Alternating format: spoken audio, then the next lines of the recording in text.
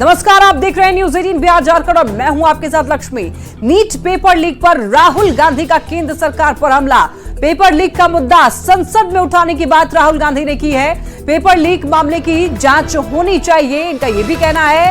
और एमपी का व्यापम मॉडल देश में फैलाने की कोशिश की जा रही है। राहुल गांधी ने प्रेस कॉन्फ्रेंस में ये सारी बातें कही है। पीएम मोदी पेपर लीक रोक नहीं पा रहे हैं, मेहनती छात्रों के साथ धोखा हुआ है। पेपर लीक राष्ट्र विरोधी गतिविधि है। एजुकेशन सिस्टम पर बीजेपी का कब्जा है। हर परीक्षा में धांधली हो रही है। राहुल गांधी ने जमकर केंद्र सरकार पर हमला बोला है, केंद्र सरकार को आड़े हाथों लिया है। और नीट पेपर लीक मामले को लेकर के एक प्रेस कॉन्फ्रेंस करते हुए राहुल गांधी ने केंद्र सरकार पर हमला बोलते हुए कहा है कि बीजेपी का कब्जा है एजुकेशन सिस्टम पर। हर परीक्षा में धांधली हो रही है। खासतौर पर उन्होंने कहा है कि जिन जिन जगहों पर हमने यात्रा की वहां से पेपर लीक के मामले सामने आए। अगर किसी न किसी कारण जो हिंदुस्तान में पेपर लीक हो रहे हैं उसको नरेंद्र मोदी रोक नहीं पा रहे हैं या रोकना नहीं चाहते हैं, नुकसान स्टूडेंट्स का होता है। जो हिंदुस्तान के स्टूडेंट्स हैं, मैं जानता हूं कि आप इन एग्जाम्स के लिए महीनों सालों काम करते हो। ये आपका फ्यूचर है और आपके फ्यूचर से खिलवाड़ किया जा रहा है।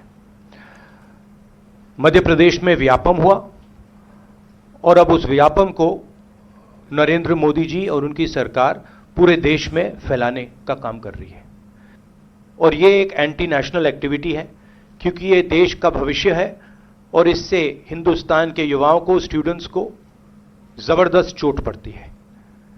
इंक्वायरी चल रही है,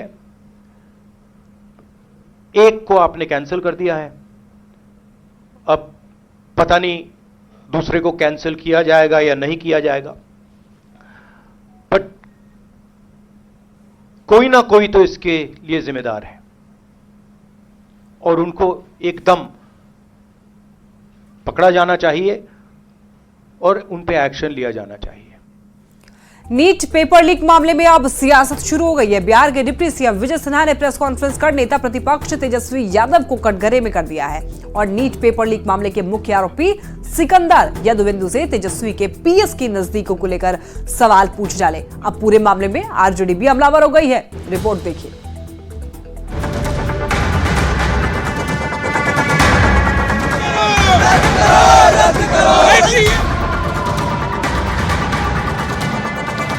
बिहार में बवाल है।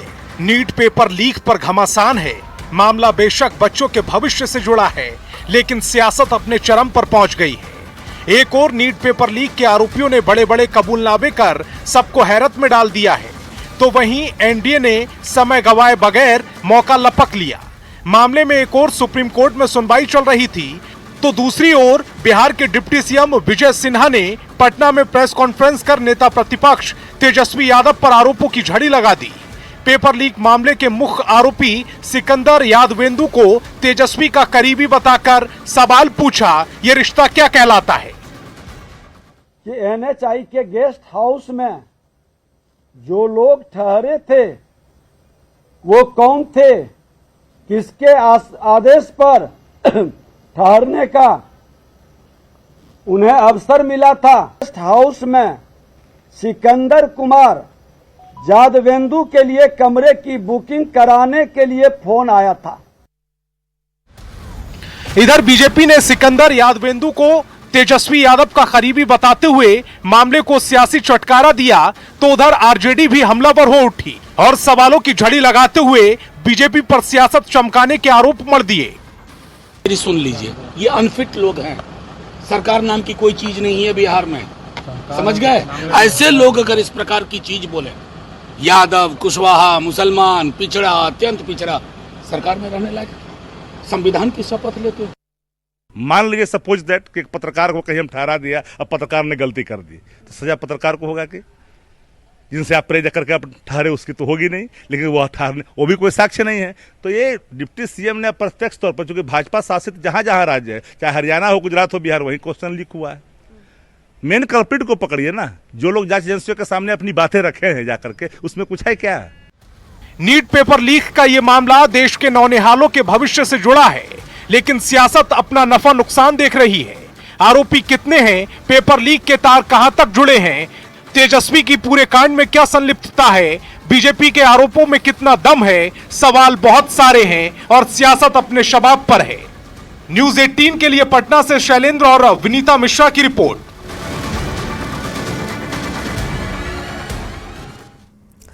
तो देखिए, नीट पेपर लीक का जो मामला है, अब उसको लेकर के पूरे देश भर में प्रदर्शन भी हो रहे हैं और अब इसको लेकर के सियासत भी चरम पर है। बिहार में आपको बता दें कि बीजेपी अलग कह रही है कुछ, तो वहीं अपोजिशन की पार्टियां जो हैं वो अलग बातें कह रही हैं इस मामले को लेकर के। देखिए, अभी जो सिकंदर यदुवेंदु है, जो खासतौर पर कहा जा रहा है कि ये मास्टरमाइंड है पूरे इस नीट पेपर लीक को लेकर के।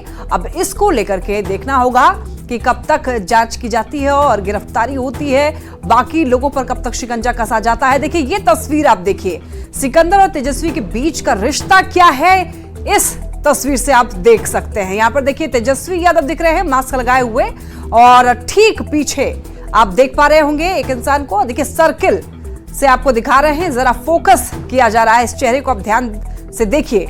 और ये वही शख्स हैं और आपको बता दें कि ये प्रीतम है, जिसको कि दिखा रहे हैं आपको हाईलाइट करके सर्कल के अंदर में इनके चेहरे को। और ये सुपर एक्सक्लूसिव तस्वीर हमारे पास निकल करके सामने आई है और आपको बता दें कि देखिए, तेजस्वी यादव के साथ में इनका रिश्ता क्या है, इस तस्वीर से आप समझ सकते हैं। एनएचएआई के गेस्ट हाउस में जिस संविदा कर्मी को कमरा बुक करने के लिए फोन किया गया था, उस कर्मी ने भी मीडिया के सामने स्वीकार किया है कि तेजस्वी यादव के आप्त सचिव प्रीतम कुमार ने आरोपी सिकंदर प्रसाद यदुवेंदु के लिए कमरा बुक कराने के लिए कॉल किया था।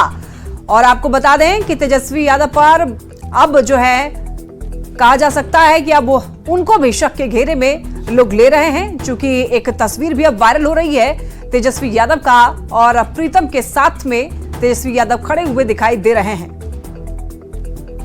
क्या प्रीतम जी कौन है? प्रीतम जी आप सचिव रहे हैं तेजस्वी जी के। क्या कहा उन्होंने? तेजस्वी जी का क्या कहा उन्होंने? प्रीतम जी ने हमको फोन किया था जो सिकंदर कुमार के नाम से कमरा बुक कराने के लिए। फिर 1 तारीख को रात में फिर उन्होंने दोबारा 4 को कहा था। हमने कहा था रिक्वेशन के लिए, तो उन्होंने कहा रिक्वेशन उनको दे दिया जाएगा। तो हमने अकॉर्डिंगली मैसेज वहाँ के कन्या विदा कर दिया, उनको फोन पर बता दिया ऐसा ऐसा है, बाद में वो रिक्वेशन भी देंगे। और हमने अधीक्षक नविंदा को भी बता दिया था निवासल भवन। नीट पेपर लीक मामले में तेजस्वी यादव पर लग रहे आरोप पर पीएचईडी विभाग के मंत्री नीरज बबलू ने कहा है कि वो बिल में घुस गए हैं। पुलिस को इन सबको खोज करके कार्रवाई करनी चाहिए। मामला सामने आ गया है, जिस तरह से तेजस्वी यादव के कुनबे के लोग, उनके पीए तक इसमें इन्वॉल्व हैं, तो कहीं न कहीं यह स्पष्ट हो रहा है कि तेजस्वी यादव सरकार को बदनाम करने में लगे हुए हैं। कहीं न कहीं ये षड्यंत्र करने में लगे हुए हैं कि सरकार जो एनडीए की है मजबूती से काम कर रही है, इसको बदनाम किया जाए। ये हमेशा इलेक्शन के समय भी अफवाह फैला करते थे, अभी पता नहीं किस बिल में चले गए हैं। पुलिस को इन लोगों को खोजना चाहिए, अविलंब खोजे। जो प्रीतम का नाम हो रहा है, तुरंत इनकी गिरफ्तारी हो, तुरंत गिरफ्तारी करके पूछताछ किया जाए और जिन जिन से लिंक जुड़ा हुआ है, चाहे वो बड़े लोग का है न हो, बड़े नेता का है न हो, सबों से पूछताछ होनी चाहिए इस मामले में। ये अति आवश्यक है अभी के समय में। जातीय गणना के बाद बिहार सरकार की ओर से बढ़ाई गई आरक्षण की सीमा को पटना हाईकोर्ट ने रद्द कर दिया है। इस मामले को लेकर के एडवोकेट गौरव ने याचिका दाखिल की थी। याचिका सुनने के बाद पटना हाईकोर्ट के चीफ जस्टिस ने माना है कि आरक्षण का जो फैसला लिया गया था वो नियमावली के विरुद्ध है। 11 मार्च 2024 को सुनवाई पूरी हुई थी, जिसे आज सुनाया गया। याचिकाकर्ता से बातचीत की है न्यूज 18 संवाददाता अमित कुमार ने।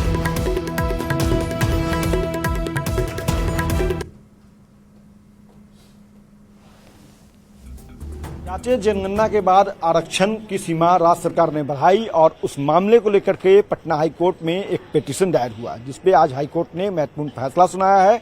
हमारे साथ मौजूद हैं जो याचिकाकर्ता के अधिवक्ता हैं गौरव जी। गौरव जी, क्या आज कोर्ट का डिसीजन है? इसको चैलेंज किया था और आज के दिन इन्होंने फाइनल डिसीजन सुनाया सुप्रीम कोर्ट हाई कोर्ट ने, मुख्य न्यायाधीश के पीठ ने ये बताया कि ये जो कानून लाई है आरक्षण बढ़ाने के लिए राज्य सरकार, वो न्याय संगत नहीं है, संवैधानिक प्रावधान के अनुसार भी नहीं है और अनुच्छेद 14 और 16 का क्लियर वायलेशन करता है और 50% सीलिंग लिमिट जो सुप्रीम कोर्ट ने निर्धारित कर रखा है इंदिरा साहनी केस, वो भी वायलेट करता है। इसके ग्राउंड पे जो माननीय पटना जज हैं पटना हाई कोर्ट के, उन्होंने इसको सेट साइड कर दिया और अनकॉन्स्टिट्यूशनल। मतलब अब जो है आरक्षण की सीमा 75% नहीं रहेगी, 50% ही रहेगी। जो पहले था, जो पहले नियम 49.5% के आसपास था राज्य में, वो ही फिर से बहाल होगी। जो राज्य सरकार ने नए कानून लाके 50% को वायलेट किया था, वो अब वापस चला जाएगा, अब वो नहीं रहेगा। राज्य सरकार सुप्रीम कोर्ट जाती है तो वहाँ भी आप लोग इसके खिलाफ जो है वो वहाँ भी मौजूद रहेंगे, ऐसा कुछ नहीं है। यहाँ से हम लोग हैं ही सुप्रीम कोर्ट से ही हैं। सुप्रीम कोर्ट में अभी इस मामले को लेकर अगर राज्य सरकार जाती है तो वहाँ भी ये खड़े रहेंगे, इनका कहना है। अमित कुमार, न्यूज 18 पटना। आरजेडी सांसद मनोज झा ने आरक्षण को लेकर के पटना हाई कोर्ट के फैसले पर दुख जताया है। उन्होंने कहा है कि हम लोग इस फैसले के खिलाफ ऊपर की अदालत में जाएंगे और साथ ही ये भी कहा है कि नीतीश कुमार से ये मांग करते हैं कि वो केंद्र सरकार पर दबाव डालकर आरक्षण की सीमा को बढ़ाने को भी लागू करवाएं। आया है मैं समझता हूँ आरक्षण को लेकर के जो दायरा नीतीश जी और तेजस्वी जी की सरकार ने जो बढ़ाया था, वो उस पर जो रोक लगी है, इसे मैं बेहद दुर्भाग्यपूर्ण हम मानते हैं। ऐसे फासले बढ़ाते हैं सामाजिक न्याय की मंजिलों को हासिल करने में। मैं आग्रह करूंगा, नेता प्रतिपक्ष हर चुनावी सभा में तेजस्वी जी बोलते रहे, इसको 9वीं अनुसूची में शामिल करिए, इसको 9वीं अनुसूची में शामिल कीजिए। देखिए उस ना करने के नतीजे में क्या हासिल हुआ। अभी भी आग्रह करेंगे, हमारे नीतीश जी की कृपा से ही एनडीए की सरकार चल रही है इस बार, तो वो कम से कम लोगों की आकांक्षाओं के अनुरूप तुरंत ऊपर की अदालत में जाकर के अपना जो हकूक है एक बड़ी आबादी का, उसको हर तरह से उसको कोट किया जाए, हर तरह से उसको संरक्षित किया जाए। और मैं समझता हूं ये संघर्ष थोड़ा लंबा जरूर है, लेकिन हम हासिल जरूर करेंगे। और पटना से एक बड़ी खबर, नीतीश कैबिनेट की बैठक में 22 एजेंडे पर मुहर लगी। 22 जुलाई से मानसून सत्र चलेगा। आपको बताते चले कि पटना के साथ साथ दूसरे जिलों में गया, मुजफ्फरपुर, भागलपुर में मेट्रो रेल चलेगी। इस पर भी बड़ी सहमति मिली है। उच्च न्यायिक सेवा के 140 पदों पर बहाली भी होगी। डीजल अनुदान के लिए 150 करोड़ की स्वीकृति भी मिली है। तो इस बैठक में 22 एजेंडे पर मुहर लगी है, ये बड़ी खबर। साथ ही साथ आपको बता दें कि गया, मुजफ्फरपुर में मेट्रो चलेगी, इस पर भी सहमति मिल गई है। दरभंगा, भागलपुर में भी मेट्रो पर सहमति अब दे दी गई है। साथ ही साथ आपको बता दें कि उच्च न्यायिक सेवा में बहाली की भी बात कही गई है। 140 पदों पर बहाली होगी। और वहीं आपको बता दें कि डीजल अनुदान के लिए 150 करोड़ की भी स्वीकृति मिली है। तो ये बड़ी जानकारी, बड़ी खबर। कैबिनेट की बैठक के बाद कई एजेंडों पर मुहर लगी है, जिसमें आपको बता दें कि 22 जुलाई से मानसून सत्र चलेगा। आज मंत्रिपरिषद ने 22 एजेंडों पर निर्णय हुआ है। सबसे महत्वपूर्ण निर्णय यह है कि राज्य सरकार ने 4 शहरों में मेट्रो रेल के परिचालन का निर्णय लिया है। इसकी सैद्धांतिक सहमति मंत्रिपरिषद ने दी है। सबसे पहला शहर है मुजफ्फरपुर में मेट्रो रेल, गया में मेट्रो रेल, दरभंगा में मेट्रो रेल और भागलपुर में मेट्रो रेल। तो इसकी फीजिबिलिटी पहले स्टडी की जाएगी, उसके बाद डीपीआर बनाया जाएगा और उसके बाद इस पर इन 4 शहरों में मेट्रो रेल परिचालन का कार्रवाई आरंभ किया जाएगा। तो 4 शहर हैं, 4 महत्वपूर्ण शहर, मुजफ्फरपुर, गया, दरभंगा और भागलपुर।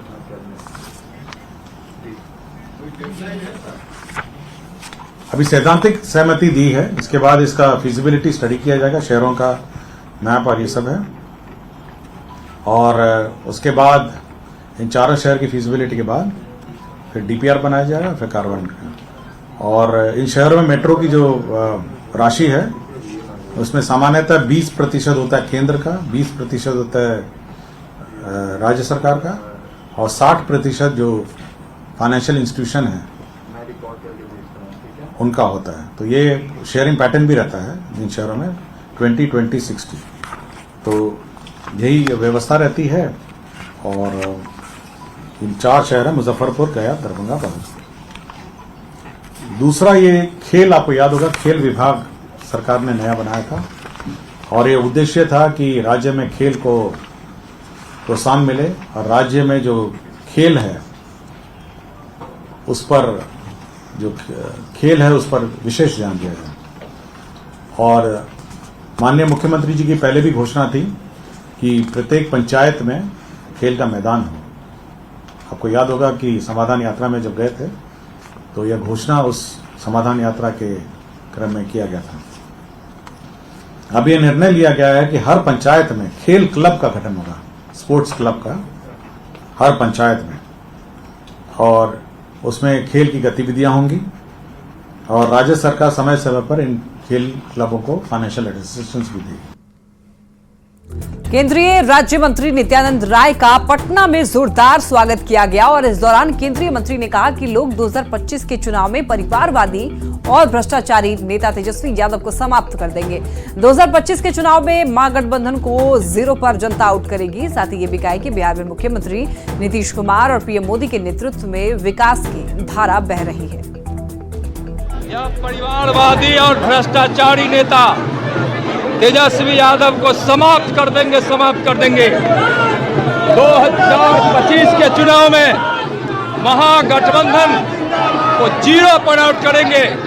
बिहार के लोगों ने मन बना लिया है और बिहार में मुख्यमंत्री माननीय नीतीश कुमार जी के नेतृत्व में भारत के माननीय प्रधानमंत्री और दुनिया के सबसे लोकप्रिय नेता माननीय नरेंद्र मोदी जी के आशीर्वाद से बिहार में जो विकास की धारा बह रही है, आज बिहार वासियों के मन में हमारे माननीय प्रधानमंत्री जी हैं और माननीय प्रधानमंत्री जी के मन में बिहार का एक एक देशवासी है।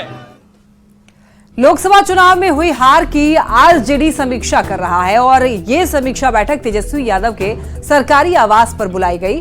बैठक की अध्यक्षता आरजेडी के राष्ट्रीय अध्यक्ष लालू प्रसाद और तेजस्वी यादव करेंगे। आपको बता दें कि इस बैठक में सभी लोकसभा के प्रभारियों को बुलाया गया है। खबर पर अधिक जानकारी दे रहे हैं न्यूज 18 संवाददाता अमित कुमार। महत्वपूर्ण बैठक होने वाली है और ये बैठक जो है वो 5 देश रत्न मार्ग यानी कि तेजस्वी यादव का जो आवास है सरकारी, वहां पे ये बैठक बुलाई गई है और इस बैठक की अध्यक्षता जो है वो लालू प्रसाद यादव और तेजस्वी यादव खुद करेंगे। बताते चलें कि जो लोकसभा चुनाव हुए हैं और उसमें जो हार हुई है उसकी समीक्षा जो है वो आज आरजेडी करने वाली है और इसी के तहत ये बैठक जो है वो बुलाई गई है। लालू प्रसाद यादव जो है वो इस बैठक की अध्यक्षता करेंगे। जैसा हमने पहले बताया, तेजस्वी यादव इस बैठक में जो है उपस्थित रहेंगे। साथ ही साथ जितने भी लोकसभा प्रभारी थे क्षेत्रों के, उन सभी को बुलाया गया है और कल इस बैठक में जो है तमाम जो जिले के जो प्रखंड अध्यक्ष हैं, जिला अध्यक्ष हैं, लोकसभा के जो प्रत्याशी हैं, जो हारे हुए प्रत्याशी हैं, साथ ही साथ जो आगामी जो चुनाव हैं होने 2025 में उसकी तैयारी कैसे और बेहतर की जा सके, जो 2020 के परिणाम से उससे बेहतर परिणाम 2025 में कैसे हासिल किया जा सके, इसको लेकर के समीक्षा की जाएगी। 2:30 बजे से ये बैठक की शुरुआत होगी और 2:30 बजे जो है वो तमाम जो लोकसभा जो अध्यक्ष थे, लोकसभा के जो प्रभारी थे, वो यहाँ पहुंचेंगे और पहुंच करके जो अपनी बातें हैं उससे अवगत लालू प्रसाद यादव और तेजस्वी यादव को करवाएंगे। कैमरा पर्सन सुबोध के साथ अमित कुमार, न्यूज 18। और इसी के साथ बुलेटिन में इतना ही। एक नजर डालेंगे हेडलाइंस में। Headlines presented by